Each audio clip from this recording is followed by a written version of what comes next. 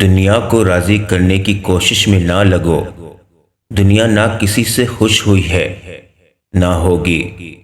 راضی کرنا ہے تو رب کو کرو، جو ایک آنسو اور ایک سجدے سے مان جاتا ہے۔ غلط کام غلط ہی ہوتا ہے۔ نیت اچھی ہونے سے کوئی حرام یا مکروہ کام جائز نہیں ہو جاتا۔ اپنا اسٹیٹس اور ڈی پی ایسی رکھیں کہ کل رب کے حضور شرمندہ نہ ہونا پڑے۔ جو کان موسیقی سننے کے عادی ہوں وہ کان قرآن پاک کی لذت کو محسوس نہیں کر سکتے۔ اگر آپ قرآن پاک کی لذت کو محسوس کرنا چاہتے ہیں تو موسیقی سننا چھوڑ دیں۔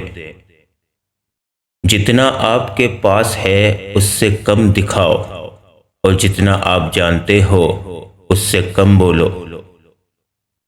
غریب کو صدقہ یہ سمجھ کر مت دیجیے کہ آپ اس کی دنیا سنوار رہے ہیں، بلکہ یہ سمجھ کر دیجیے کہ وہ آپ کی آخرت سنوار رہا ہے۔ اس سے مانگ کر روتے نہیں، اس سے رو کر مانگتے ہیں۔ زبان کو قابو میں رکھو، یہ ایسا تیر ہے جس کا نشانہ اکثر غلط ہی ہوتا ہے۔ اپنے مخالف کو گالیاں دینا اور غیر اخلاقی رویے سے پیش آنا اس بات کا ثبوت ہے کہ آپ اسے دلیل سے شکست نہیں دے سکتے۔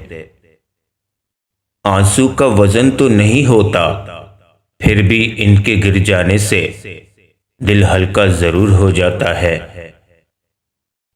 بے حساب حسرتیں نہ پالیے، جو ملا ہے اسے سنبھالیے۔ انسان کو جب اللہ سے لینا ہو تو لاکھوں کروڑوں کی چاہت رکھتا ہے، لیکن جب اللہ کی راہ میں دینا ہو تو جیب میں سکے ڈھونڈتا ہے۔ سامنے کھائی ہو یا پھر ٹھاٹے مارتا ہوا سمندر ہو، جو اللہ پر یقین رکھتے ہیں اللہ انہیں پار لگا ہی دیتا ہے۔ یاد نہیں اللہ کا وہ وعدہ، جو اللہ پہ بھروسہ کرتا ہے تو اللہ اس کے لیے کافی ہو جاتا ہے۔ جس نے کافی کر لیا اسے سو وہ کافی ہو گیا اس کے لیے۔ حیثیت کا کبھی بھی غرور مت کیجیے، کیونکہ اڑان زمین سے شروع ہو کر زمین پر ہی ختم ہوتی ہے۔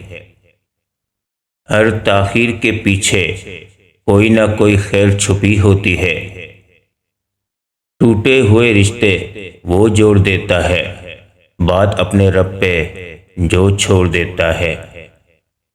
جن سے محبت ہو انہیں کاٹا نہیں جاتا، بلکہ ان کے لیے راستے بنائے جاتے ہیں۔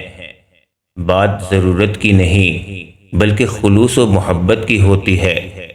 جگہ بنانی پڑتی ہے، دل میں ہو یا گھر میں۔